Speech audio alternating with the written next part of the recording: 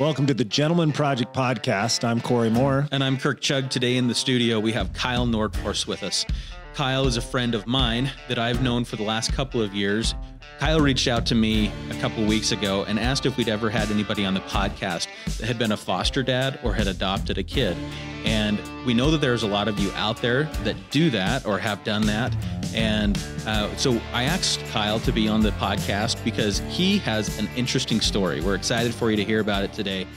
Welcome, Kyle Nordfors. Excited to be here.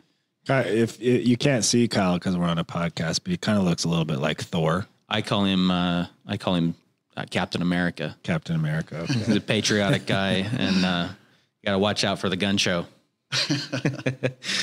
So, Kyle, tell us a little bit about you to start with, like, kind of your background, maybe a little bit about what you do for a living, and then a little bit about your family makeup. Well, sure. First off, I'm very humbled to be here. I've listened to quite a few of the podcasts, and you guys have had some pretty heavy hitters in here. And for me to be sitting in this chair as well with those that you've had before, thank you. I hope that my story might be able to reach somebody to help them out in some small way. Because my story of fatherhood is definitely not typical. But my name is Kyle Nordfors. I work as an airline pilot for a legacy carrier, and been doing that for about 20 years. I became a father pretty young in life and divorced pretty young in life. And so I spent about 15 years as a single dad, made a few career sacrifices to be able to stay in my daughter's life. And then thankfully in 2015, I met my wife, Debbie, and we got married about a year later, after which I became an instant stepdad to 3 amazing kids. And then shortly thereafter, my wife brought home a little puppy, and his name was Kai. And my wife is a special needs school teacher, and she had one of her kids that was going to be bouncing around from one foster care to another foster care home, and we couldn't have that, so we brought him into our home. So I want to get into that, and because I know Kai, I've met Kai, and he's a great kid. And his life has changed a lot since he met the Nordfors family. Do you want to talk to us a little bit about that? And then we can kind of go back to some of the like single fatherhood stuff and some of the sacrifices that you made to be in Ellie's life. Sure, you bet. So Kai's story is one that is full of trauma and sorrow, unfortunately, for someone so young to have suffered through so much. Kai suffered through all sorts of abuse in his life, from emotional, physical. The poor kid was tortured several times by his bio dad's wife at the time. And when we got him, he, of course, still bears the scars, physical scars, the emotional scars of his very young life. But my wife, while he was a student in her special needs classroom, fell in love with him, thought that he was just a good kid that wanted to do good, but just didn't know how, needed direction, needed the stability. And so it started off with my wife just asking me, hey, this young kid is going to be kicked out of his foster home right before Thanksgiving. Can we have him over for Thanksgiving dinner at least?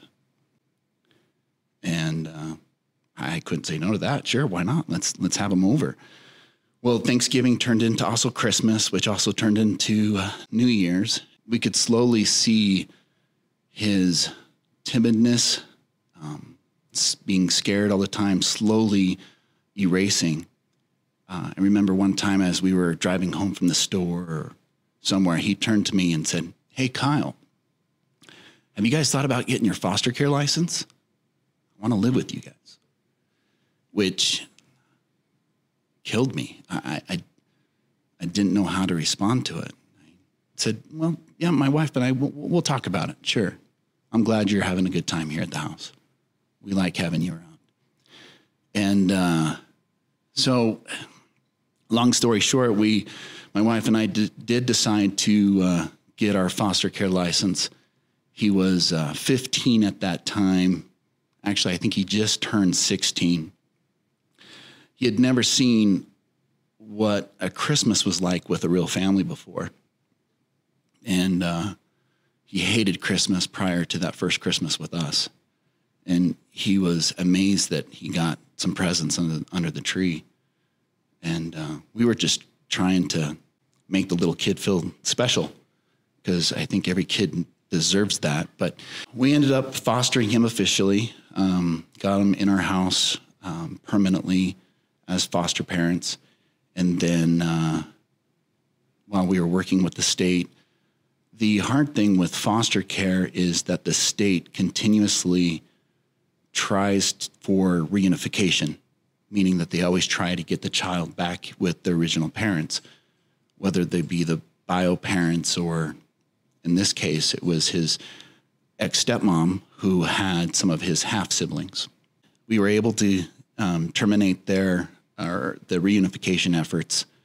We were then able to proceed towards adoption. Given the fact that he's special needs, we had to go through a few more hoops than the normal adoption. But after a long few years of working with the state, and huge shout out to all the employees that work in the DCFS system. God bless them. I don't know how they do it.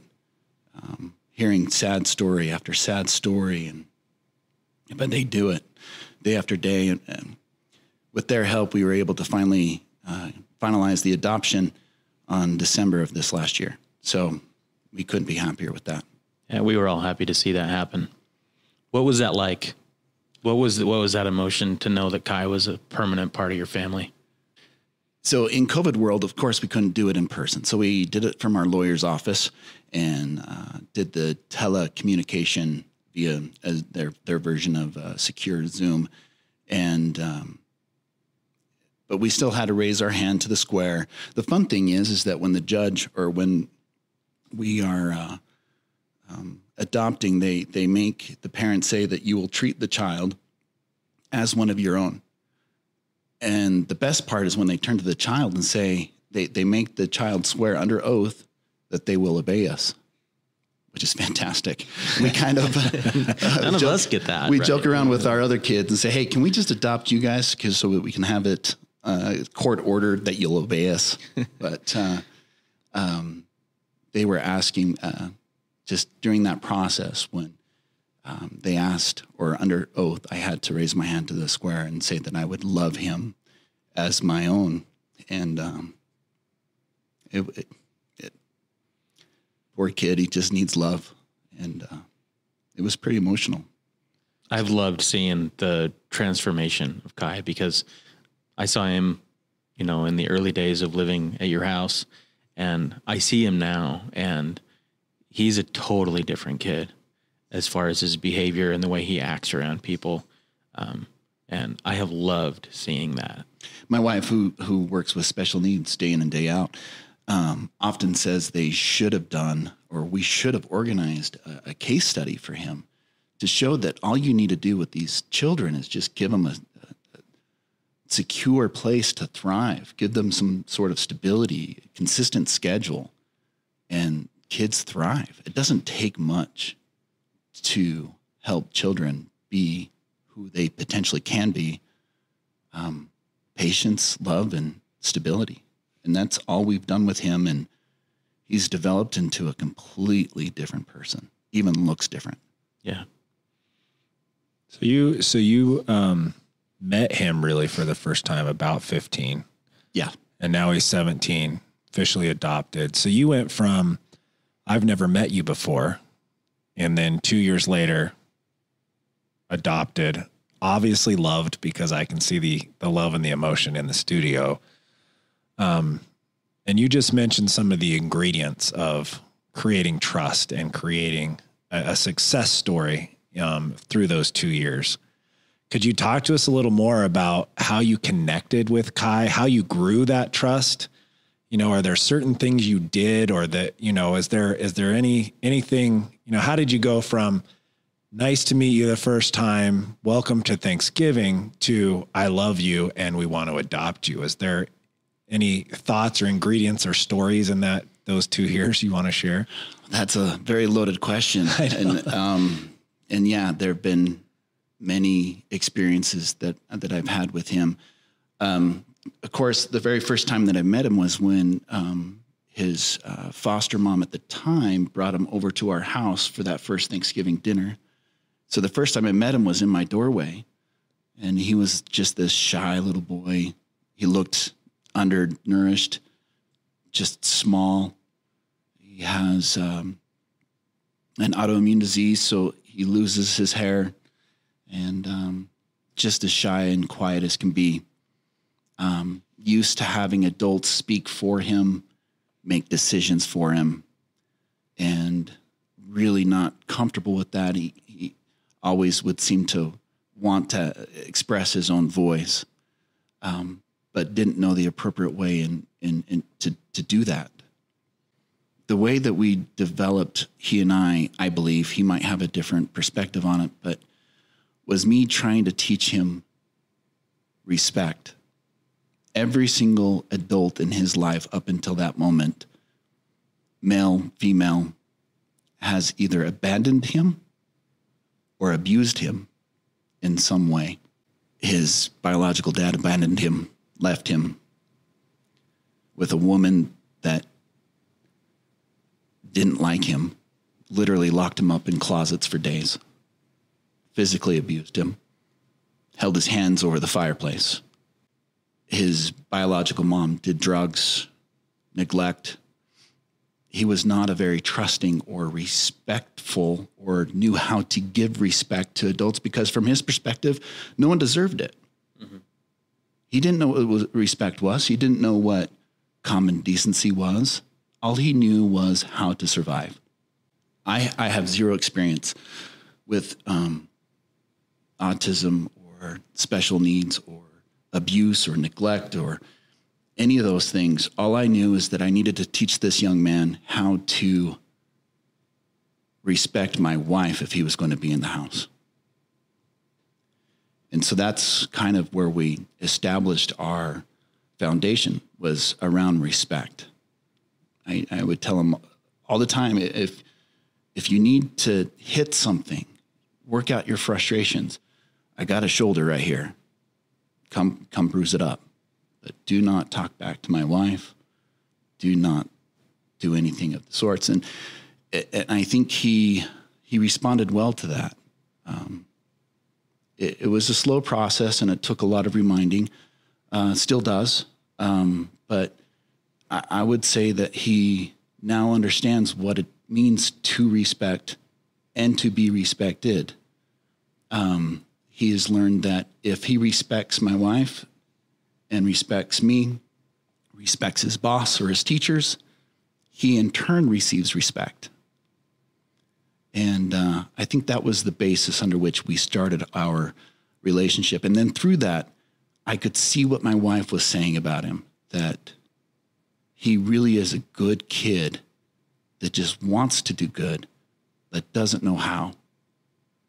And seeing that drive or that desire in him, he's impossible not to love. That's great. Yeah, I would agree. You've got a good kid there. And I've enjoyed my interactions with him. And I've enjoyed seeing some of he's kind of sprouted legs and grown some independence. Like he'll ride his bike to work and back and shows up to work on time. It's awesome to see the change that's happened with him. So you've done a lot of different styles of fatherhood. You were a young father, and you were a young divorced father. You were a long-time young single dad, and then you blended a family, and then you adopted a kid. So I think Kyle can speak to quite a few people listening to the podcast.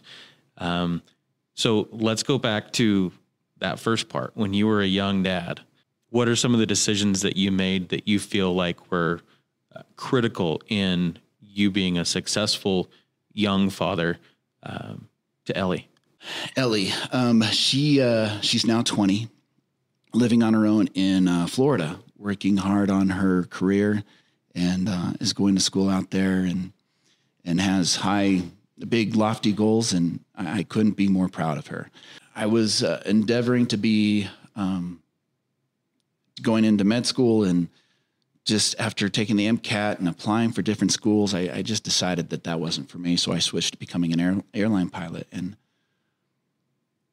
getting my pilot's license and going through that whole process and finding myself in the career that I am, I'm grateful that I made that switch, because it's allowed me to move across the country and be close to my daughter. Of course, in a divorce situation, no judge is going to give full custody over to the father, especially when he has a job that takes him on the road. But I'm also lucky that Ellie has a good mother, attentive mother that loves her very much. And with zero issues there, she and I both agreed that we would support each other and co-parent. If she has a rule at her house, then the rule exists at my house as well. So there wasn't any issues there, but my Ellie's mom remarried and moved to Ohio, and which was very hard on me. At that time, I was working for an airline based out of Honolulu. And so for the first little while, I was making the commute from Honolulu over to Columbus, Ohio, every week. And so the typical airline pilot schedule is you're gone for 3 to 4 days, and then you're home for 3 to 4 days. And our schedule was such that I had Ellie on all of my days off. So when I was home, I had her. And so I was doing that commute for a little while and decided that it was too hard. So I applied and got a job with another airline based out of Houston, Texas. So then I was doing the Columbus. Once I got that job, I was able to move to Columbus, Ohio, so that I could be closer to my little girl. So yeah, I've moved across the country to be a dad, because to me there was nothing more important, because of the many lessons that my father taught me. So then I was doing the Columbus, Ohio down to Houston commute, which was so much easier and easier. So that's what I did. I commuted from just to and from work. So my commute to work was just, some people drive from just up and down the freeway. My commute was jumping on a plane and flying 2.5 hours to work, and then jumping in my jet, flying it around for 3 or 4 days, and then commuting back home. And then I was a full-time dad when I was home. And I'm so grateful for that, because I wasn't come home for work and I'm tired, I don't want to play with you. I was wake up in the morning, make her breakfast, take her to school, pick her up from school, help her with her homework, play with her, put her to bed, and do the whole thing over again. And then and it worked out for Ellie's mom as well, because then she was able to be a full-time mom and provided breaks. Yeah, that's cool. So you said it's Ellie, right? Yeah, her name is Ellie. She's 20 now. Do you talk to her now about those times when she was younger and you were doing that? Does she yet look back and go, oh man, now I realize what my dad did in order to spend time with me? Has she got to that aha moment yet? Yeah, I think she has. She's a very old soul of sorts. And I think she does recognize that. She was my little buddy all the time. We were inseparable. I don't know why I made the decision never to get a babysitter, but I never got a babysitter. To go on a date, to do anything as a single dad, I never got a babysitter. And that was just something, not that there's anything wrong with it, but that was something that I wanted to do. I wanted to be with my daughter full time, all the time. And, cause she was my world. It's pretty cool when you see you and Ellie together. There is the special bond that you can see between this young woman and her dad. You guys have a bond that I think is very special, and it's so special that you can see it. the way you guys interact, the way you communicate, the way you love on each other. Like, you can tell that you guys have had a long track record together of getting through stuff. And I think it's pretty cool. I don't know if you see it, but as an outside party, I do. Well, good. Well, thank you for that. That means a lot. But she's just a special girl. I'd like to think that I was somewhat responsible for the young woman that she is, but she's just an amazing young woman. And I think she would have been with or without me. She's just a great girl. So when you came in to your marriage with Debbie, and you had Ellie and she had kids, how was that? How did you blend families? What are some of the lessons that you learned through blending families, living together, and being a stepdad? Being married to Debbie, and with her compassion, her capacity to love, her patience, she is the glue that holds everybody together. She's an amazing woman, and she has raised 3 amazing kids basically on her own. Whenever you blend families, it's never perfect, but thankfully, because of the woman I married, it's been pretty easy. Dawson is her oldest. He's 19, valedictorian, just an amazing young man. Kennedy is oozing with talent. She sneezes talent. And then Eliza, you'll never find a bigger person full of love. Just incredible, special kids. So I can imagine that if it was any other kids, it would make it a little bit more difficult, but they're just amazing, special kids. Though, teenage kids, teenage girls do have their issues and their problems, teenage boys, but it's been great. So we probably don't talk about this enough on the podcast. I know for Kirk and I, and it sounds like you too, that we have these amazing wives that, like you said, can be glue. And they're usually way better parents than we are, typically. I think it's like a natural born skill set. Yeah. But since you mentioned your wife, Debbie, right? Yeah. Talk to us about what she does as a parent that makes her good. What have you learned from your wife about how to love, about how to create these great kids? We should talk probably more about what we learned from our better halves. Oh, absolutely. My wife is the most patient person I have ever met. She has the patience and the ability to truly listen and to talk to the kids. She takes the time to try to understand how they're feeling in any given moment. Whereas I am just quick to assume that I know better. You need to do things my way. And I don't stop to try to listen to the kid's perspective as to why they might think or why they did things a certain way. My wife has the most patience and the biggest capacity to love of any person I've ever met. So from her, I've been trying to be less, or I've learned that I need to be less quick to judge or assume that what I think is going on is actually going on. And then to have the patience to teach and demonstrate the proper way of doing things. Patience. That's one of my weaknesses. I don't have a lot of that. Me either. Well, that quote comes to mind: seek first to understand and then to be understood. And that's Debbie's a great example of that. Kyle, you relayed to me a couple weeks ago, I think it was about a month and a half ago, something that happened to you after listening to the podcast. And I was wondering if you would share that experience with our audience. Well, one of your previous guests was a gentleman that I grew up with, and I was on the same soccer team with him. He was a couple years older than me, but Matt Garf, his father, Bob Garf, who's been an icon here in Utah, particularly in Bountiful, where I grew up. And I was impacted by him, learned quite a few lessons from him. He was in leadership roles. I was able to sit in lectures that he gave, and to hear of his passing, and then to listen to Matt speak about his father.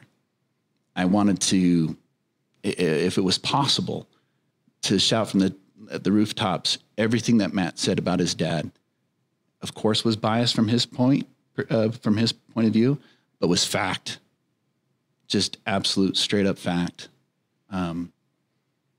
We lost an amazing man in Bob Garfin, loved by all, and an example to everybody that knew him. Anything specific that comes to mind that you feel like you learned from Bob? He always had a smile on his face. He would walk through the hallways, or just whenever you'd see him, his face would light up. It didn't matter who you were or how well he knew you. He was always happy to see you. Always. And he always stopped and took the time to say hello, to shake your hand, to make you feel special. That's what really sticks out in my mind with him. Kai and I had a bit of an argument. I was trying to teach him a lesson that he just clearly wasn't understanding.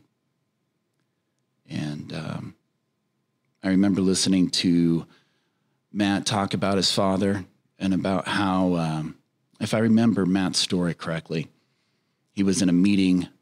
Matt was in a meeting with a bunch of important people, and his dad just walked by and said hi to everybody. He just walked in, wanted to give Matt a hug, if I'm remembering his story correctly.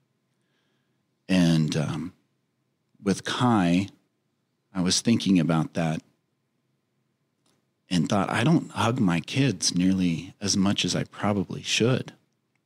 And in the middle of our conversation, me trying to teach Kai, if I remember right, it was a matter of respect and how to give or show respect to somebody. And I just walked up to him and just gave him a hug. Tapped him on the back of his bald head and said, Kai, I love you. After that, his demeanor completely changed. And he was a lot more receptive and seemed to understand a little bit more. He let his guard down. He no longer was defensive. Probably because he didn't feel like he exited survivor mode and went into, no, this is okay. I'm loved. I can listen to what's going on.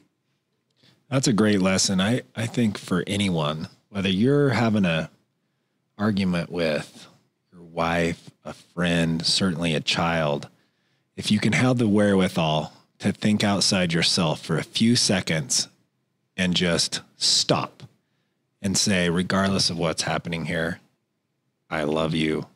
Here's a hug. That can change the whole world in a second. Well, especially in the middle of an argument, we get so tunnel vision with, no, we are right, and I'm going to do everything possible to try to prove myself correct. And it's a challenge to take a step back and say, okay, the most important thing that we get out of this conversation is that I need you to know that I love you. Just stop the arguing. Stop the trying to prove yourself right for just a moment.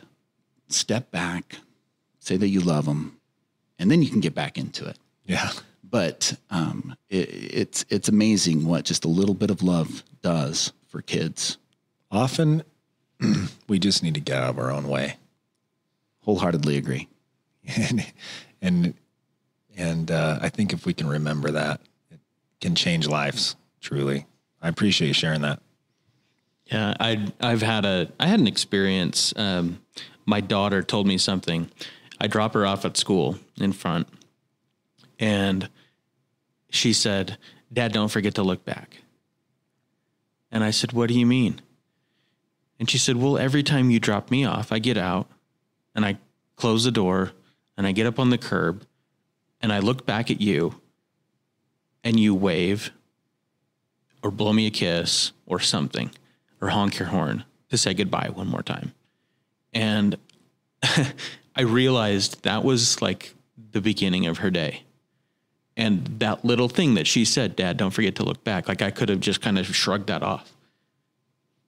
But now I make it a point to do what I was doing completely coincidentally, to make sure that she looks back when she gets on the curb and she smiles and waves at me. And that's a good start for Paisley when she goes to school. And so I think in that same vein, like just the little tiny things that our kids say, that we need to pay attention to what they say. And if we're arguing with them or we're trying to prove ourselves to be right, we're not listening.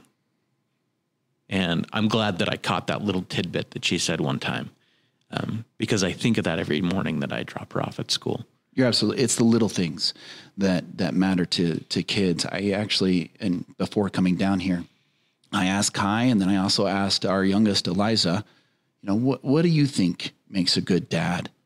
Because Eliza has a father that's in her life, and I'm lucky to co-parent with him, and then Kai to get his perspective of what makes a good dad. And they both said the same thing, even though that they weren't together. I asked them at different times of the day.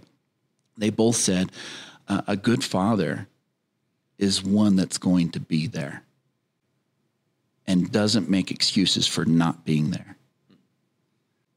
Be there. Just be there. The argument, the lesson that you're trying to teach, chances are the kid's not going to remember that 5 years down the road, 10 years down the road, and that one solitary argument. But they will remember if you're there. And that's all that really matters to these kids. Just be there. That's funny. I don't know if you listened to Chad Lewis's podcast, but the coaches were telling the kids in his podcast, I remember which coach it was, but be where you're supposed to be when you're supposed to be there. We need to take that advice as parents, is what you just said. Be where you're supposed to be when you're supposed to be there for your kids. And that'll go a long way to create trust and show them that you love them. Absolutely. And that's one thing that I'm so far from a perfect parent, perfect husband. I mean, you can ask my wife and she'll tell you how imperfect I am. I have a lot of flaws, but when I look back at my single parent life and I think about my times with my little girl, I had career opportunities to go elsewhere, do different things. I had an opportunity to go fly in the military. I bypassed on all of it. I left, changed careers or changed companies just to be closer to my little girl. And as flawed as I am, I take comfort that I was there. That's one thing I did do. And she's now 20 and moved out, but I have now 4 other kids. I actually had a count in my hand. How many do I have now? 4 other kids that I have the opportunity to be there for. Little Eliza plays soccer. I help coach her team. And it's a fantastic experience. It's fun. Just being there is 90% of it. What you say, the words that you say. Like to Matt, Garf, it wasn't that his dad said something as he walked in. It was that he was there. He gave him the hug. What I said to Kai in our argument, what I said to him, it was the hug. It was the being there. It was being a consistent person in his life, a figure of some sort. I missed all of his childhood. I missed most of his young teenage life. We got him when he was 15, and I wasn't officially his father until 17. But I still believe that I can teach him something just by being there, as flawed as I am. There's a message in there of actions speak louder than words, right? Absolutely. Being there, giving the hug, kind of a thing. You mentioned a few minutes ago, your dad had taught you a bunch of lessons. So talk to us about some of the things you learned from your parents that you've tried to teach to your kids. Sure. So my dad's an identical twin. So I sometimes joke around that I was raised by 2 dads because my uncle lived around the corner and was there all the time. He was my Boy Scout leader. But one of the things that my father taught me was that I need to respect my mother above all others. My dad wasn't a lecturer. He wasn't a man of many words. He was a man of action. Worked in construction. He used to, during the summer months and during the Christmas breaks and winter, he would drag me off to work with him. And the thought of it at first was, all right, great, I get to go to work with Dad. And then after my 50th haul of lumber up the stairs at the job site, I think, man, this sucks. I don't want to do this. And my dad used to always tell me, I'm going to take you to work so you know what real work is. So you can make it, go to school, get into the profession that you want. Choose your future. Don't let your future choose you. And that happens far too often where people get comfortable or they get into a rut or they aren't proactive, and then suddenly they have to go get a job that they don't necessarily want to have. Now, there's always circumstances that might happen, but I remember that was a really good lesson for me, is learn how to work, choose your future so your future doesn't choose you. Respect women. Side story, I was in college. It was right before I got divorced.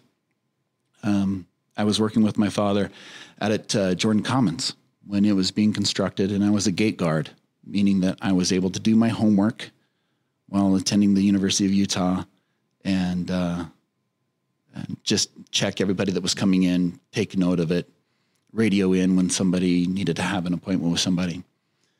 There was a delivery that came, someone that wanted to meet with my father, and since I was the boss's son, I made sure that I did not have my last name on my hard hat so that nobody knew who I was, because I didn't want to be treated any different. I was just some dumb college kid sitting inside of the guard shack.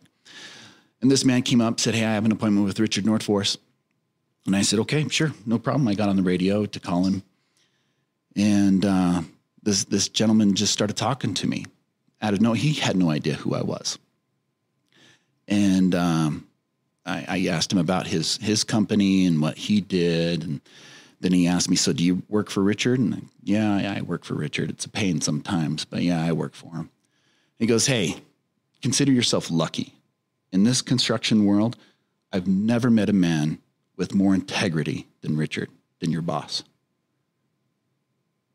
Well, thank you, sir. He's my father. I'll be sure to tell him that you said that.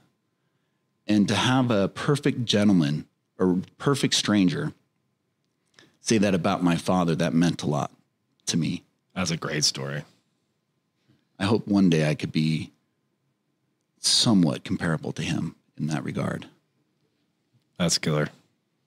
Kyle, we always ask everybody that's been on the podcast what they think it means to be a gentleman. What do you think it means to be a gentleman? I think it definitely is different for each person. I think it might change given the different scenarios that you're in. I think it's a multifaceted word. It can mean different things in different circumstances. But anticipating that question, I was thinking, what do I think it is? My first thought was, it's someone that goes out and endeavors to treat everybody the way in which they hope and expect their mothers and their wives to be treated. With that level of respect. If you treat everybody with that level of respect, then I think that you could be considered a gentleman. I also think that a gentleman is someone that lays in bed at night staring up at the ceiling as they're taking inventory of the day, and knows that they weren't perfect, but they tried their best. They gave their best effort. One thing that, so I mentioned I coach Eliza in soccer. I also was able to coach Ellie in soccer. And I would always tell them there's no shame in losing to a better team. None. As long as you did your best. And that's something I have been trying to teach Kai and all of my kids, that if you can lay in bed at night knowing that you did your best, then you did all right. You had a good day, regardless of the outcome. Well, that's one of the better explanations I've had. I like it. I do too. I identify with that. Kyle, you've been a great guest today on the podcast, and you've spoken to, I think, an audience that we haven't spoken to before.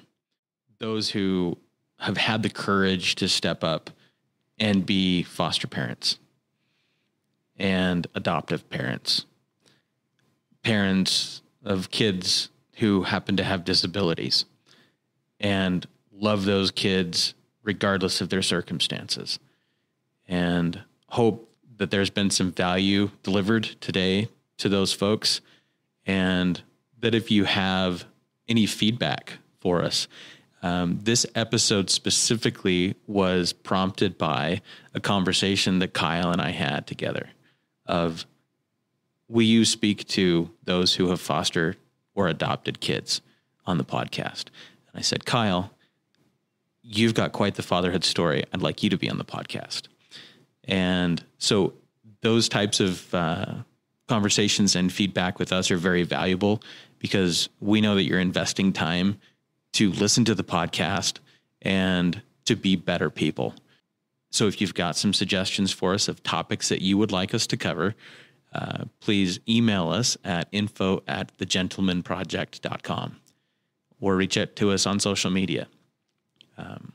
We'll have new episodes every Monday, and throughout the week, we'll make sure that you get a little dose of our guest through some audio bites and some quotes that come out of these, the golden nuggets that are delivered. And there were quite a few today, Kyle. Thank you so much for being with us today. It's been my pleasure. Not everybody has the easy route. Everybody has a unique and individual story. And like you said, mine's definitely different. But I hope that you guys have had some very severely successful people on the podcast. And I don't necessarily fit that mold, but I disagree. Yeah, I do too. I just was thinking to myself earlier, how is this guy fitting all this in? Like, I'm feeling like I need to get on top of it better. He's got foster care, an adopted kid, and a wonderful wife, and 3 other kids, and a daughter who's off, and he's on search and rescue, and he's doing soccer, and he's a pilot and out of town a lot. And I'm honestly thinking to myself, yep, I need to be more efficient. Well, everybody's story is different. Everybody's story is unique. Everybody's story is worth telling. Yeah. Well, your story was wonderful, and we appreciate you being with us. I'm Kirk Chugg. And I'm Corey Moore. We'll talk to you next week.